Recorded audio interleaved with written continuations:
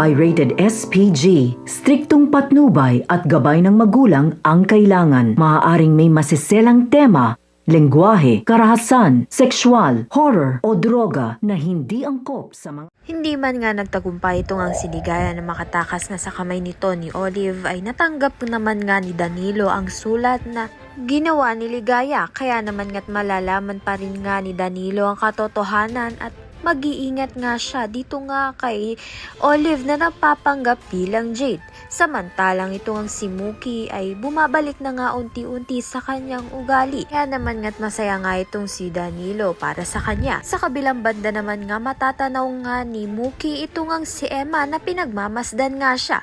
Kaya naman nga't magkakaroon nga ng tsansa itong ang si Mookie at si Emma na magkausap. Samantala sa party nga na kasama nga itong si Danilo at si Olive, makikita nga ni Danilo itong ang si Emma at pinagmamasdan niya nga ito. Magsiselos naman nga itong si Olive sa kanya. Ito nga pinagplanuhan ni Logan at ni Emma na pagsilosin nga itong si Olive at multuhin nga ni Emma itong ang si Danilo. Kaya naman nga't nang matagpuan na nga ni Danilo itong ang si Emma ay magmamakaawa na nga itong bumalik.